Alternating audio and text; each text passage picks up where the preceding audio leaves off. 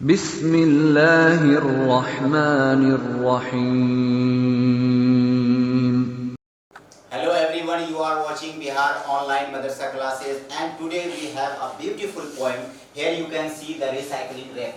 It is prescribed for class 8 Wastania Chaharram and here you can see book Radiance part 3rd. So dear student, आज हम लोग the recycling rap से related हम लोग exercise वाले part को solve करेंगे ताकि एग्जाम में आपको मोर एंड मोर हेल्प मिले इससे रिलेटेड।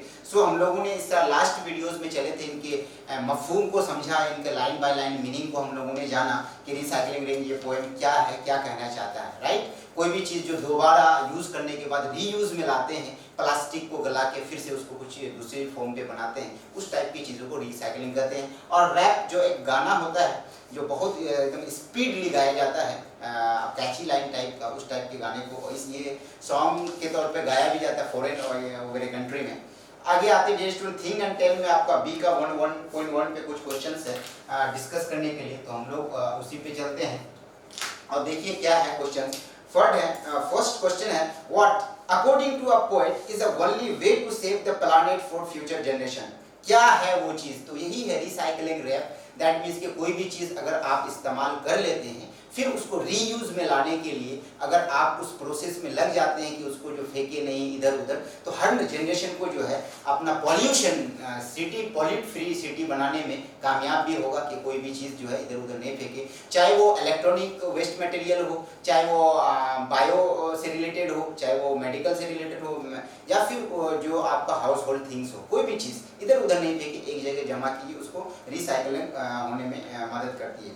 आगे है number 2, where should the waste material be stored. कहाँ पे जो है वेस्ट मटेरियल जो हमारी यूज कर चुकी चीज़ जो हम लोग फेंक देते हैं उसको कहाँ पे रखा जाता है? तो ये डंप होता है, कहीं पे कूड़ादान है तो वहाँ पे कोई जाके रख देते हैं, या फिर अपने घरों में सब छोटी छोटी चीज़ के लिए एक डब्बे रख लें जो आपको डस्टबिन जानते हैं, उसी पे रख के एक जगह, या फिर कोई पॉली बैग है उसको एक जगह कर लें, प्लास्टिक को अलग, टीना को अलग अलग करके, और जब कोई खरीदने वाला आए उसको आप सेल कर दें, वो उसको रिसाइकल में चले जाता है।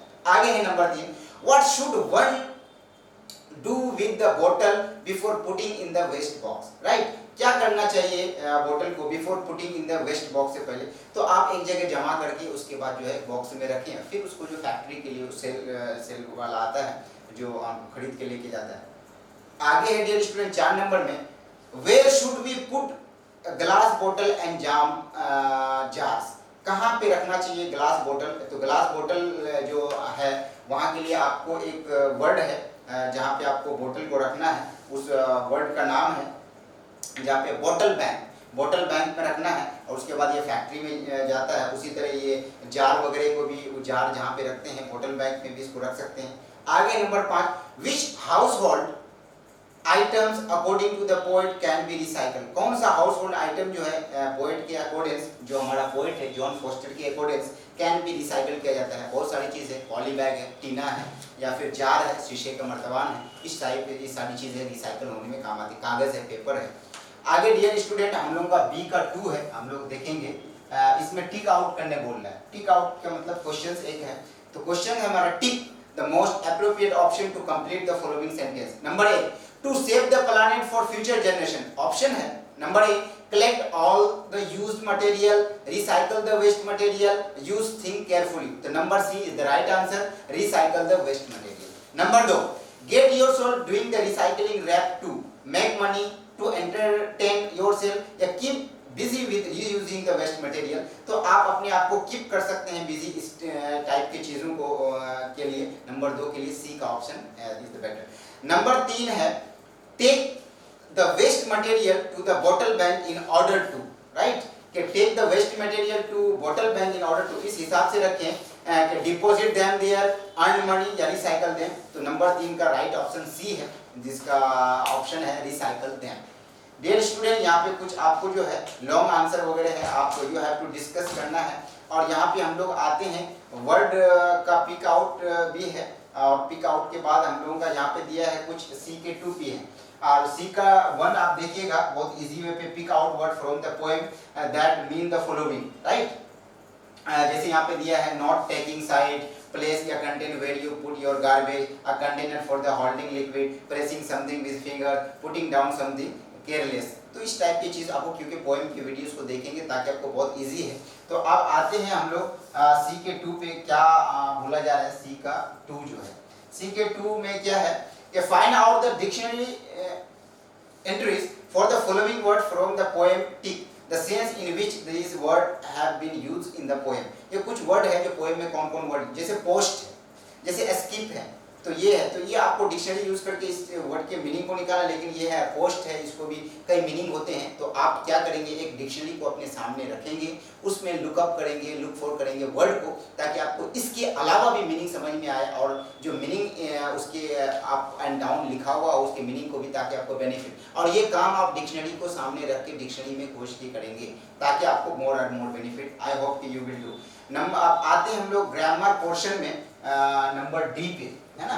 ग्रामर पोर्शन में एक चीज यहाँ पे दिया है जेरंड, राइट। यहाँ पे डियर स्टूडेंट आप एक चीज देख सकते हैं, जेरंड, जैसे V4 ऐसा वर्ब हो जो नाउन का काम करे, मतलब ऐसा वर्ड जो नाउन का काम करे। जैसे ये दिया हुआ है नंबर जेरंड में, in the title of the poem recycling rap. Recycling is used as an adjective के तौर पर यूज किया, but as a noun in we have got to start recycling. In fact, a noun made of verb plus ing, तो verb plus V4 ही को verb plus ing बोलते हैं, is called gerund, which is a verb है ना, verbal noun। तो dear student, gerund का example में हम कुछ सब्जेक्ट के तौर पर, जैसे आप यहाँ पे ले सकते हैं कि जैसे जेरंड के तौर पर ये सब्जेक्ट का भी काम करता है, ऑब्जेक्ट का भी काम करता है, इस टाइप का। जैसे learning a new language is interesting, तो लर्निंग वर्ड जो है सब्जेक्ट काम कर रहा है, ये जेरंड के रूप में काम कर रहा है। हैव और V4 लेकिन नाउन के रूप में काम कर रहा है। उसी तरह है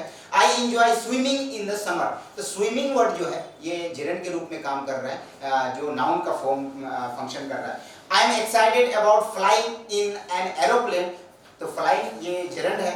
we thank our teacher for teaching us well, और टीचिंग जो है ये भी जेरंड है। कोई भी प्रेपोजिशन के बाद भी कोई V4 आने से जो है वो जेरंड का ही फंक्शन करता है, काम करता है।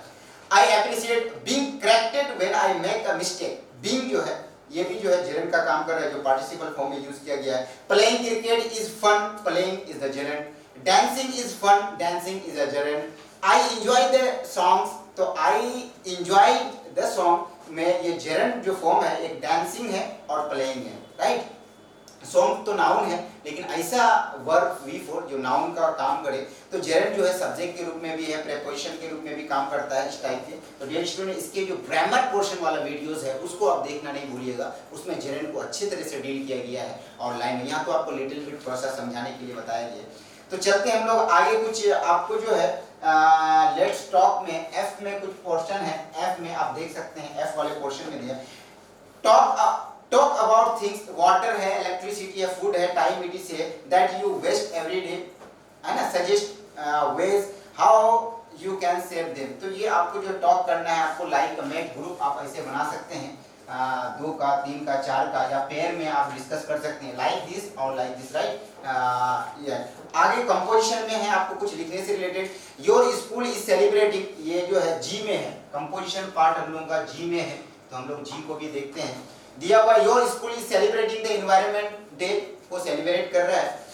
And prepare a poster showing dos and don't for saving our environment, जो हमारा वातावरण है उस चीज़ को जो है सेव करने के लिए जो डूज है, कौन कौन चीज़ रखनी है, और जो डोंट है, कौन कौन चीज़ से हम लोगों को परहेज करनी है, उसका लिस्ट आपको बनाना है। कम से कम 40, 50, 80 कम से कम लाइन होनी चाहिए। ये जी वाले पार्ट में है, आपके एग्जाम में कंपोजिशन में हेल्प करेंगे। सो डियर स्टूडेंट, आज हम लोग का ये जो कंप्लीट हो रहा है, और यहाँ पे हम लोग जो है translate the first stanza of the poem into Hindi. H में ट्रांसलेट करने बोल रहा है, लेकिन हमने आपको ट्रांसलेट कर दिया है, उस वीडियोस को देखेंगे, और फर्स्ट ट्रांसलेट जो है वो आपका फर्स्ट स्टेंजा को आप अच्छे से वीडियोस को देखेंगे, और वो जो है आपको एग्जाम में हेल्प करेंगे। सो इससे रिलेटेड अगर आपको एक्सरसाइज से रिलेटेड रिसाइकल रेन जो जॉन फॉस्टर के द्वारा कंपोज किया गया, आपको कोई भी डाउट और क्वेश्चंस हो, dear student, you have to comment on the comment box. इंशाल्लाह I will try to make you understand with a more clarify.